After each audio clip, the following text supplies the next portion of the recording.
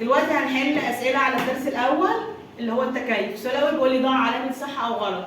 واحد، يمتلك الدب البني فراء داكن للتخفي في البيئه البارده. غلط.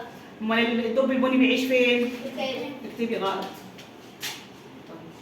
رقم 2 يا مونيكا بيقول لي بيساعد التخفي الحيوانات على صيد الفريسه. صح ولا غلط؟ صح. برافو عليك. ليه بقى؟ لان الدب القطبي لو ما كانش الفراء بتاعه ابيض لون التلج ما كانش هيقدر يصطاد ايه؟ الفريسه، وكان طبعا ايه؟ ما كانش هيقدر يعيش. تمام؟ يبقى التخفي بيساعده على صيد ايه؟ الفريسه. تمام؟ رقم 3 بيقول لي الفراء الذهبي يساعد حيوانات الصحراء على التخفي. صح ولا غلط؟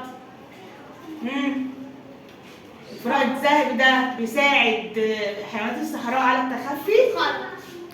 صح. لا طبعا صح. ليه بقى؟ لا مش احنا قلنا ثعلب الفنك والوشك المصري لون الفراء بتاعهم ذهبي عشان يبقى لون الرمله، عشان يقدروا يتخفوا بين الرمله ويصطادوا الفريسه بتاعتهم.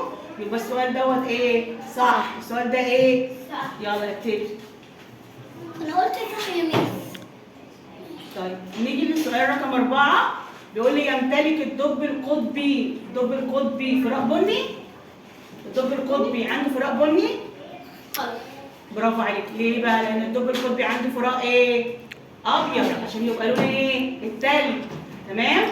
طيب 5 بيقول لي يمتلك البطريق التكيفات اللازمه للعيش في البيئه البارده، يعني عنده كل التكيفات اللي تخليه يقدر يستحمل البرد. صح ولا غلط؟ صح. برافو عليك يا ماما. برافو يا حبيبتي. تمام. نيجي للسؤال الثاني بيقول لي اكمل. رقم 1 جسم البطريق مغطى بنقط كثيف. بريش. اكتبي. برافو عليك. كبري خطك يا مونيكا.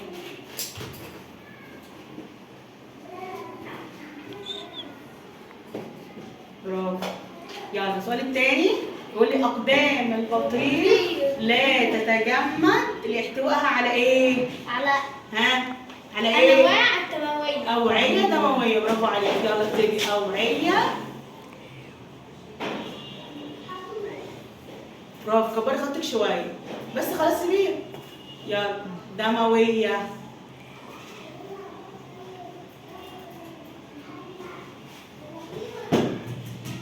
هو ده التكبير؟ ماشي. 3 الخصائص التي تساعد الكائن الحي على التكاثر والبقاء تسمى ايه؟ هي الحاجه اللي بتخلي الكائن الحي يفضل عايش. اسمها ايه؟ تكاثر. برافو. التكيف. برافو. كبري خطك.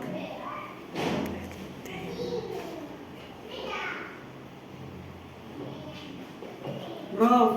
4 بيقول التخفي نوع من انواع التكيف يساعد الحيوان على الاختباء ومساعدة ايه؟ او شكله؟ لونها. برافو. لونه او ايه؟ لونها. اكتبي لونه. برافو يا مونيكا. برافو.